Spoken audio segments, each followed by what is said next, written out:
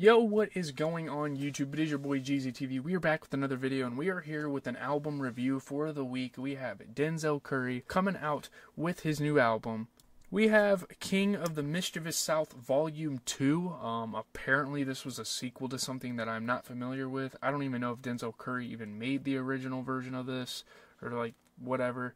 But going into this album, I was kind of concerned. There's a lot of features. That's usually not really a good thing for Denzel Curry. I feel like he works together by himself, or works well by himself. And his last album, by the way, Melt My Eyez, I think that was his last album anyway. He could have dropped another one, but no, it was Melt My Eyez. I think that was 2021 he dropped that. So, and it's been a while too. So this is a 2022.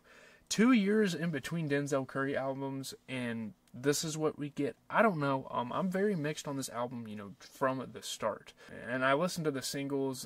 This album is so short, though, and I don't necessarily remember the singles, so we can include them in the review. We can talk about them. Again, obviously, we usually skip over them, but yeah, and one more thing before we go track by track. To be brutally honest, this is the least excited I have been for a Denzel Curry album, so there's that for you. Let's get into it. So there's a couple, interludes like KOTMS 2 intro. You get like the interludes, the freestyles, all sorts of like weird stuff. You get head crack interlude. You get lunatic interlude. Choose wisely interlude. I don't know why he decided to include so many of these, and then he had like the outro for the album. I mean, I don't know. I don't really feel like talking about those because those are literally interludes, and none of them add value to the album. You get this like kingpin pimp guy, skinny pimp, something like that. Kingpin skinny pimp, I think that's his fucking name or something. That kind of like comes through and makes his appearances. There's not much to say about these though. Like, nothing's happening. There's instrumental breaks. There's this guy talking over them. Let's just kind of ignore those for now. Getting into the first official track on the album, track 2, we have Ultra Shit. I'm not really sure who Kenyatta is, but he or she makes an appearance on the album. I don't even know. There's some really good production on this album overall. I'm not going to lie. There's some really good production. The one thing I will say is that the lyrics and the substance, the content matter, didn't really, deliver all that well. Obviously, sonically, this album sounds pretty good. Kenyatta, kind of on like some Suicide Boys shit, and I feel like overall this album did have like that Suicide Boys type of sound, and I'm not mad at that. Suicide Boys definitely has some like redeeming qualities to their music, but I don't know. Coming from Denzel Curry, I'm just not really sure about it. Like, it was cool when, like, can't remember his name, he did it. I was thinking of Snot, by the way. Like, it was cool when he was, like, copying Suicide Boys. When Denzel does it, I don't really know. There's definitely some catchy songs on here, though. As we get into track 3, we have Set It. Maxo Cream is on this. He's got some fire songs. I really appreciate Maxo Cream, and I feel like he is a somewhat underrated artist in the rap community. And you get I'm Working on Dying production on here, which is so crazy. There's a lot of like interesting stuff that Denzel Curry kind of experiments, especially, since this is like a southern rap album and he's trying to get all these southern rap modern day icons, even, older icons too on this thing. It's cool. Fire beat, the flow is great. The fast flows out of Denzel Curry are great. I think he makes it sound really well compared to other rappers. There's a fire combo here between Maxo and Denzel Curry. It's a pretty nice song. Getting into Hot One, this song kind of felt like it was forced, but you get Tia Kareen on here. She's kind of unique. She kind of has like a SoundCloud X flow to her, but it's nice. It's cool. But again, Hot One was one of the singles, and again, it seems like he's forcing himself to make like this southern sound. Getting into Black Flag Freestyle, the Mexican OT being on a Denzel Curry song is absolutely insane, but again, it's just like a southern homage. Pretty nasty beat on this one. This sounds like something that like Glorilla would rap over, and that's not necessarily a bad thing because sure, Glorilla has a couple of decent songs. Mexican OT's flow at the start of the verse was ridiculous. I wish he would have took that the entire song. That shit sounded crazy. Mexican OT's verse was really good though. I was actually really impressed, and Mexican OT's been starting to kind of make waves in the hip-hop community. It's been awesome. He's got like that brr, like rolling his R's with the flow. That's so cool. It's like that Spanish thing, Next, we get G's Up. This is probably one one of my favorites. I actually really like this one, and it's been a while since I've heard from Mike Dimes, so it's cool to hear him kind of be on this. And this sounds like a track that would go on like a Madden soundtrack, and again, that's not a bad thing either, because Madden has some fire-ass songs. But yeah, Mike Dimes killed it. He needs to drop some shit, though. Like, maybe he has, and he hasn't been really relevant recently, but I wouldn't mind hearing like an album from Mike Dimes. I think he's got some talent. Getting into Sked, we get some killer bass on this track. Kenny Mason and Project Pat are both on this, which is an interesting duo, insane duo of modern, older Southern, hip-hop icons. And Kenny Mason's part was great. And I haven't heard from Project Pat since his part on Knife Talk, the song by Drake on Certified Lover Boy. And it's cool to see an OG come out and, contribute to an album like this. Denzel Curry is obviously carrying a lot of the South on his shoulders. He's a pretty iconic piece of their culture at this point. So to see Project Pat come on and contribute, that's pretty damn cool. Then we get Cole Pimp.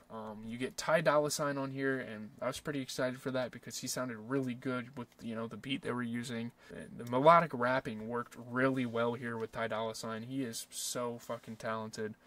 Good track, Juicy J was spazzing as well. His flows were fucking sick. The South, like, I know Southern hip-hop is, like, some of the most iconic type of hip-hop, like, one of the most, but it is still so underrated, like, some of the pockets these rappers get in. But yeah, I'm gonna be honest, Ty Dolla $ign kind of stole the show, so there's kind of my thoughts. Next, getting into Wishlist, there are such an interesting beat for Denzel Curry to use. I never would have thought this. Again, he kind of went on a musical experimentation journey with like Melt My Eyez, but still, this was a very refreshing sounding beat for him to use. And Armani White is on here, which I'm actually seeing at Lollapalooza this year. I think that's kind of cool. But his flows weren't great. I would say he's definitely the weaker part of the track. Denzel kind of in this lane worked out. He did good. It was pretty solid from his part. But I don't know. Armani White's part was kind of iffy.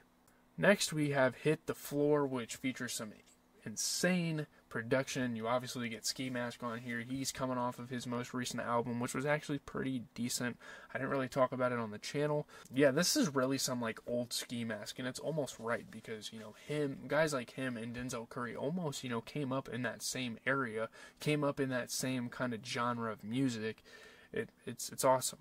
The beat is so damn good. But yeah, Ski Mask, man. This is like some old SoundCloud Ski Mask. Like, probably one of my favorite rappers of all time is like that SoundCloud era of Ski Mask. Oh my god. It's so fucking good, bro. And he brings it back here on this album as we get into Hoodlums, which was a single on the album. This is actually the last track we're going to be talking about for the video. Probably the better single out of the two. Play That Boy Zay. I've never really heard of him before, but he has a really cool part on here. He's actually not bad. Wild sample, saying the N-word. It's that Southern hip-hop, raunchy stuff. And then, I don't know, A$AP Rocky was on this track, but he sounded extremely out of place here. It just didn't fit his style. And I mean, it makes sense. He is from New York, so I don't know what they were expecting there, but yeah, let's get into the review. And getting into the review, I know this video is going to be a little short, but this is a pretty simple album. Like, listen, this album is 34 minutes long, and if I were to shoot a full-on, like, edited reaction to it, the video probably would have been like 5 minutes, because I really didn't have that much to say about these tracks. If I knew who Kingpin was, I guess, like, and I knew about the Southern culture, if I was from that region, I suppose, some of those tracks would have hit a little better for me. But I don't. The songs sound good, but like compared to his other records, it's just not that special. And I mean, if I were to like choose an album from Denzel Curry's to kind of compare this to, it would be Zoo. And I'm not gonna lie, out of all the albums that Denzel Curry has dropped, not counting this newest one, Zoo is probably my least favorite. So this kind of goes in that lane. And again, it's not bad, but there's a really high bar for Denzel Curry, especially with some of the work like Taboo. And again, Melt My Eyez.